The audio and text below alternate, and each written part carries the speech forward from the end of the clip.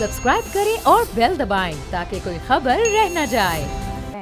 और इत्तेहादी भी साथ हैं। कमेटी में जो सारी गुफ्तगू हुई इजलास में, उसमें ये बता दिया कमेटी ने कि भाई अब आपके हाथ से गेम निकल चुकी है, फिर नाराज़ अरकान को भी नहीं मनाया जाएगा। फिर भी वज़ीर आज़म बहुत पूरा एतमाद है, क्या है उनके हाथ में अभी भी आपके ख्याल में? Thank you very much Sumaiya Rizwan ji. जो अपोजिशन कह रही है वही तो वज़ीर आज़म कह रहे हैं। यानी वज़ीर आज़म जब ये कहते हैं कि मैं हाथ पहले ही खड़े कर दूं, इसका क्या मतलब? कुछ ना कुछ तो उनको भी नजर आ रहा है ना। वो कह रहे हैं कि अभी तो लड़ाई हुई नहीं है और हाथ में पहले खड़े कर दूं। नंबर 2 जो उन्होंने बात की आज, उन्होंने कहा कि जी वोटिंग से एक रात पहले मैं बड़ा सरप्राइज दूंगा। तो पहले तो आप वोटिंग ही नहीं होने दे रहे, पहले तो सेशन नहीं होने दे रहे, फिर सेशन आया तो अब पता नहीं वोटिंग कब होगी, क्योंकि जिस तरह सेशन को डिले किया गया इसी तरह मुझे बड़ा डर है कि वोटिंग होने भी देंगे या नहीं। तीसरी चीज ये है कि अभी तक अगर आप आपके पास कुछ रह नहीं गया शो करने के लिए, तो फिर आप आखिरी दिन करेंगे। जब मैं ये कहता हूँ कि कुछ रह नहीं गया, यानी लोग रूठते रहते हैं, अपने बंदे नाराज होते रहते हैं। मैंने बड़ी असेंबलियां देखी हैं, ये को पहली बार मैं नहीं देख रहा, लेकिन पहली बार किसी हुकूमत को देखा है कि वो कहते हैं कि जी आपके बच्चों का बाइकाट हो जाएगा, आपकी शादियों का बाइकाट हो जाएगा। भाई किसको आप कह रहे हैं? जो लोग 13-14 आपसे गए वो बहुत इन्फ्लुएंशियल हैं, वो आपकी रीच से बहुत बाहर हैं और वो हमेशा असेंबलियों में रहे हैं। माजी में भी वो वफादारियां, आपने भी तो किसी और से लिए थे ना किसान के नाम। अगर मैं इनको गिनूं जितने लोगों को नोटिस गए, मैं सबको जानता हूँ ऑनेस्टली, और मैं ये भी जानता हूँ किस किस पार्टी से होकर आए हैं। तो बाकी पार्टियों से आपने ले लिया, आज आपसे जा रहे हैं, तो आप समझते हैं कि शायद इनका बाइकाट, और इनका कोई बाइकाट नहीं हो सकता।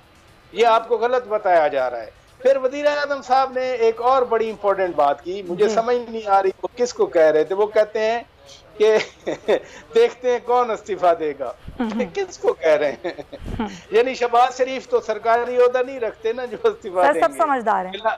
बिलावल भी नहीं रखते सरकारी ओहदा, मौलाना फजलुर रहमान तो सरकारी ओहदा नहीं रखते ना। फिर वो किसको कह रहे हैं कि देखेंगे जब लड़ाई होगी तो इस्तीफा कौन देता है? ये जो तेवर है ना वज़ीर आज़म साहब के, तो कुछ और लग रहे हैं, कुछ और ही लग रहे हैं। राइट। सरप्राइज कुछ नहीं होगा, ये चीजें इसी तरह ही चलेंगे। सियासी बयान की हद तक ही हो सकता है, ये आपका पॉइंट है। अमीर अब्बास, आप किस तरह देख रहे हैं? ये सियासी बयान है या वज़ीर आज़म वाकई आपको कॉन्फिडेंट लगते हैं? देखिए सुमैया, अगर वज़ीर आज़म के पास कोई ऐसा तुरब का पत्ता है तो उन्होंने वो किस दिन के लिए बचा के रखा हुआ है? उनका सिंहासन उनसे छिन चुका है, उनके सर के ऊपर जो ताज है बादशाह का वो ताज उतर चुका है, उनके साथी खजा के पत्तों की तरह झड़ झड़ के अलहदा हो रहे हैं, फूल की पत्तियां बिखर रही हैं, इक़्तिदार का शराजा बिखर चुका है। तो वो तुरब का पत्ता फिर आपने को 2076 के लिए बचा के रखा हुआ, वो किस दिन आप निकालेंगे? और क्या आप ये चाहते हैं वोटिंग से एक दिन पहले के खिलाफ वोट ऑफ नो कॉन्फिडेंस एक दिन पहले निकाल के फिर आपके पल्ले क्या रहेगा? तो उसका फायदा क्या होगा आपको?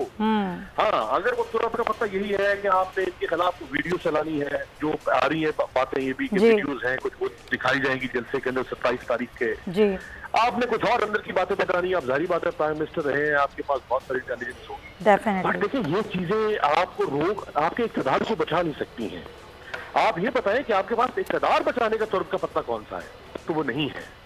अगर वो हो तो आज इसी लम्हे वज़ीर आज़म उसको दिखाते, और बल्कि ये जब मुल्क में OIC के मेहमान मौजूद हैं और वो डावाडोल है, उसका इक़्तिदार झोल खा रहा है, इससे ज्यादा मुनासिब कौन सा है दुनिया को भी पैगाम देने के लिए कि हाँ मैं इमरान खान हूँ, कोई आलमी ताकत हो, कोई मुकामी ताकत हो, ऐसी की तैसी कोई मुझे हिला नहीं सकता। वो फिर आपने तुर्क का पत्ता किस दिन के लिए बचा? कॉन्फिडेंस दिखा रहे हैं, अच्छा स्पोर्ट्समैन स्पिरिट का मुजाहरा कर रहे हैं, इसमें कोई शक नहीं। इमरान खान को इस जमाने में क्रिकेट का यूनानी देवता कहा जाता था। उनके जिस्मानी तौर पे भी माशाल्लाह उनके वो सेहत है, नजर आता है उनका कॉन्फिडेंस, वो अपने आसाब को भी काबू में रखने की कोशिश कर रहे हैं। इसी हद तक है, इसके अलावा मैं नहीं समझता कि उनके पास को बहुत ऐसी कोई चीज है। इस वक्त उनको अगर कोई चीज बचा सकती है तो वो कोई मोजज़ा अगर हो जाए तो ही इमरान खान साहब का इक़्तिदार बच सकता है। जो आज अब मैं इस लम्हे जब आप क्योंकि वैसे तो जिस तरह की इस मुल्क की सियासत है, रात में कुछ भी हो जाए तो हम नहीं कह सकते, लेकिन इमरान खान साहब को इक़्तिदार मिले। सही, कोई मौज़ा बजा सकता है, ये अमीर अब्बास का पॉइंट है। मैं आमिर हसन साहब आपके पास भी आऊँगी क्योंकि अपोजिशन के एक अलग से हम मौक़िफ़ लेंगे, अपोजिशन ने इसको कैसे देखा। पहले ज़रा लगारी साहब का तज़किया ले लें। लगारी साहब, क्या है कोई सरप्राइज़ या फिर अमीर अब्बास इस तरह कह रहे हैं कोई मौज़ा ही है जो इक़्तिदार को बचा सकता है इमरान खान के?